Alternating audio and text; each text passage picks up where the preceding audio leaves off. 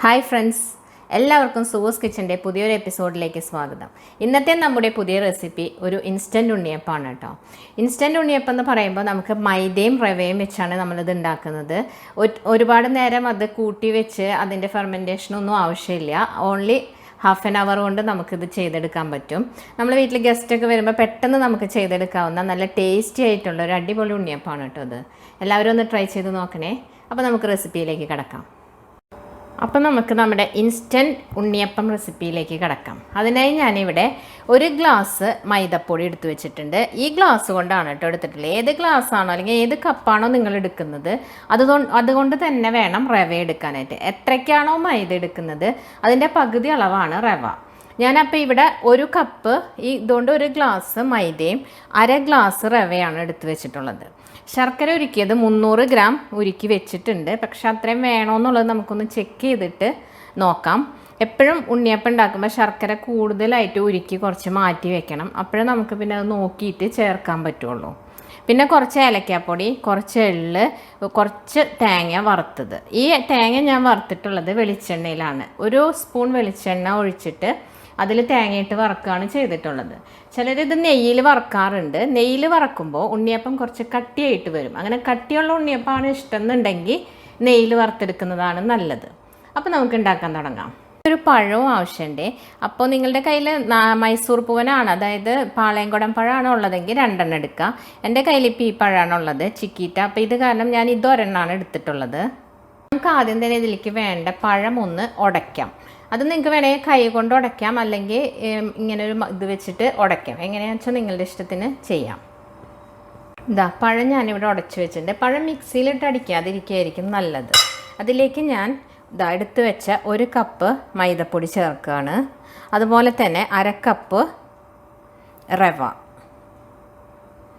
ഇതൊന്ന് നന്നായിട്ടൊന്ന് മിക്സ് ചെയ്യണം.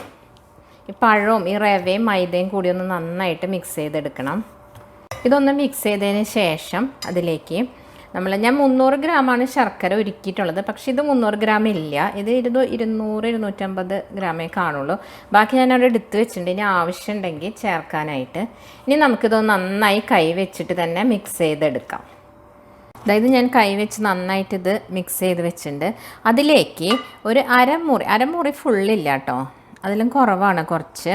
കാരണം നമ്മൾ എടുത്തിട്ടുള്ള മൈദയും റവയും കുറവല്ലേ. അപ്പോൾ നാളികേരം ഇട്ട് കൊടുത്തിട്ടുണ്ട്. നിങ്ങൾ ചെറിയ നാളികേരം കുറച്ച് വലിയ തരിയായിട്ടാണ് വീണിട്ടുള്ളെങ്കിൽ അതൊന്ന് മിക്സിയിലിട്ടൊന്ന് ക്രഷ് ചെയ്യണം. എൻ്റെ കയ്യിലുള്ളത് തീരെ തിന്നായിട്ടുള്ളത്, അതുകൊണ്ട് ഞാനൊന്നും ചെയ്തിട്ടില്ല, അങ്ങനെ തന്നെ ഇടുകയാണ്. തേങ്ങയും മൈദയും എല്ലാം കൂടി മിക്സ് ചെയ്തിട്ടുണ്ട്. ഇപ്പോൾ ഇതൊരു തിക്കായിട്ടായിരിക്കുന്നല്ലേ. ഇനി നമുക്കതൊന്നും കൂടി ലൂസാക്കണം. അതിന് വേണ്ടി ഞാൻ വീണ്ടും ശർക്കരപ്പാനി തന്നെ ഇത് ഞാൻ കുറച്ച് ലൂസാക്കിയിട്ട് വെച്ചേക്കുകയാണേ. ഇതിലേക്ക് ആവശ്യത്തിന് വെള്ളത്തിന് പകരമായിട്ട് യൂസ് ചെയ്യാൻ വേണ്ടിയിട്ട് ഇത് ഒഴിച്ചു കൊടുക്കാം. ഞാനിതൊക്കെ ഒഴിച്ച് നന്നായിട്ട് മിക്സ് ചെയ്ത് വെച്ചിട്ടുണ്ട്. ഇതിനകത്ത് നമ്മൾ സോഡാപ്പൊടിയോ വേറെ ഒന്നും തന്നെ ചേർക്കുന്നില്ല. ഇതിങ്ങനെ ആക്കിയിട്ട് ഒരു അരമണിക്കൂർ ഇങ്ങനെ വെച്ചേക്കാം, വെറുതെ മൂടി വയ്ക്കുക. അതിന് ശേഷം ഇതിൽ റവ ചേർത്തിട്ടുള്ള കാരണം ഇതിന് വെള്ളം കുറയാൻ സാധ്യതയുണ്ട്. അങ്ങനെ കുറഞ്ഞ് വന്നിട്ടുണ്ടെങ്കിൽ നമുക്ക് കുറച്ചും കൂടെ ലൂസാക്കിയിട്ട് ശർക്കരപ്പാനി ഇതിലേക്ക് ഒഴിച്ചു കൊടുക്കണം. അത് നമുക്കൊരു അരമണിക്കൂർ കഴിഞ്ഞിട്ട് ഇനി ചെക്ക് ചെയ്ത് നോക്കാം എങ്ങനെയാണെന്ന്. ഇപ്പോൾ അരമണിക്കൂർ കഴിഞ്ഞിട്ടുണ്ട്, നമുക്കൊന്ന് ചെക്ക് ചെയ്ത് നോക്കാം. ഒരല്പം കൂടി വെള്ളം ആവശ്യമുണ്ട്, അപ്പോൾ കുറച്ച് ഒഴിച്ചു കൊടുക്കാം. എന്നിട്ടൊന്ന് നന്നായിട്ട് മിക്സ് ചെയ്യാം. ഇപ്പം നമ്മളുടെ നോക്കൂ, ഇത് ഇത്രയും ആണ് ഇതിൻ്റെ തിക്നെസ് വരേണ്ടത്. ഇതിലേക്ക് നമുക്കൊരല്പം ഉപ്പിട്ട് കൊടുക്കാം. കാരണം ശർക്കരയുടെ മധുരം ഒന്ന് കോമ്പൻസേറ്റ് ചെയ്യാൻ വേണ്ടിയിട്ട് ഒരല്പം ഉപ്പ് ഇട്ട് കൊടുക്കാം. അതിലേക്ക് അതുപോലെ കറുത്ത എള്ള് 1 ടേബിൾ സ്പൂൺ എടുത്ത് വെച്ചിട്ടുണ്ട്, അതിട്ട് കൊടുക്കാം. അതുപോലെ നമ്മൾ വറുത്ത് വെച്ച തേങ്ങാക്കൊത്ത് അതിട്ട് കൊടുക്കാം. അതുപോലെ ഏലക്കായയുടെ പൊടി, ഇതൊരു 8 ഏലക്കായ പൊടിച്ചതുണ്ട്, അതിൻ്റെ പൊടി ഇട്ടിട്ട് നന്നായിട്ട് ഇതിൽ മിക്സ് ചെയ്യാം. നോക്കൂ, ഇപ്പം എല്ലാം നമ്മൾ മിക്സ് ചെയ്തിട്ടുണ്ട്. ഇനി നമുക്ക് ഇത് ചുട്ടെടുക്കാം. അപ്പം നോക്കൂ, ഇതിൻ്റെ കൺസിസ്റ്റൻസി ഇതാണ്, ഇതിൻ്റെ കറക്റ്റ് കൺസിസ്റ്റൻസി. എന്നിട്ട് നമുക്ക് ഇനിയിപ്പം ചുടാൻ തുടങ്ങാം. അപ്പം ഞാനിവിടെ ഉണ്ണിയപ്പച്ചട്ടി അടുപ്പത്ത് വെച്ച് അതിലേക്ക് എണ്ണ ഒഴിച്ചിട്ടുണ്ട്. ഞാനിപ്പം കുക്കിംഗ് ഓയിലാണ് ഒഴിച്ചിട്ടുള്ളത്. നിങ്ങൾക്ക് വെളിച്ചെണ്ണ വേണമെങ്കിൽ വെളിച്ചെണ്ണ ഉപയോഗിക്കാം. ഇനിയിപ്പോൾ ദാ എണ്ണ നന്നായിട്ട് ചൂടായി വന്നിട്ടുണ്ട്. ഇതിലേക്ക് ഞാൻ ഈ അപ്പത്തിൻ്റെ മാവ് കോരി ഒഴിക്കാൻ പോവാണ്.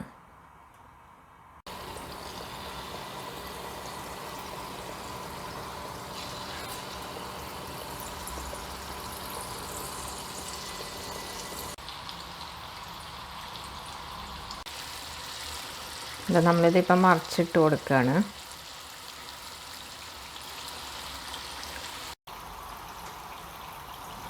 നമ്മളതൊന്ന് വീണ്ടും തിരിച്ചിട്ട് കൊടുത്തിട്ടുണ്ട്.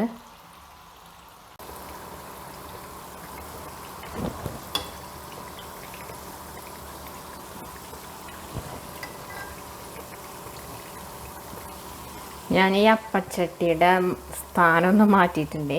ആ ഗ്യാസ് സ്റ്റൗമ്മ ഭയങ്കര തീ കൂടുതലായപ്പോൾ ഇവിടേക്ക് മാറ്റി വെച്ചിട്ടുണ്ട്.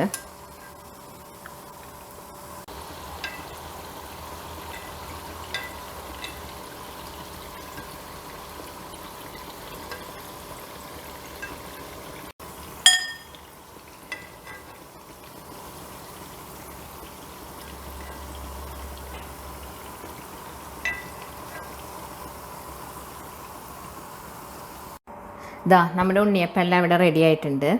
അപ്പോൾ ഉണ്ണിയപ്പം ഉണ്ടാക്കാൻ വളരെ എളുപ്പമാണെന്ന് ഇപ്പോൾ മനസ്സിലായില്ലേ. നമുക്ക് പെട്ടെന്നൊക്കെ ആരെങ്കിലും ഗസ്റ്റൊക്കെ വീട്ടിൽ വരുമ്പോൾ ചെയ്തെടുക്കാനായിട്ട് ആകെ അരമണിക്കൂറിൻ്റെ കാര്യമേ ഉള്ളൂ. അപ്പോൾ നിങ്ങളെല്ലാവരും ഇതൊന്ന് ട്രൈ ചെയ്ത് നോക്കണം. ഇത് നല്ല ഉള്ളിലും നല്ല സോഫ്റ്റാണ്, പുറത്ത് നല്ല ക്രിസ്പി ആയിട്ടുള്ള ഉണ്ണിയപ്പമാണ്. അപ്പോൾ നിങ്ങൾക്ക് ഈ വീഡിയോ ഇഷ്ടപ്പെട്ടിട്ടുണ്ടെങ്കിൽ ഒന്ന് ലൈക്ക് ചെയ്യണം. അതുപോലെ നിങ്ങളുടെ അഭിപ്രായങ്ങൾ കമൻറ്റ് ബോക്സിൽ എഴുതണം. അതുപോലെ ഇനി നമുക്ക് നെക്സ്റ്റ് വീഡിയോയുമായി കാണുന്നവരേക്കും bye. Thanks for watching Soos kitchen.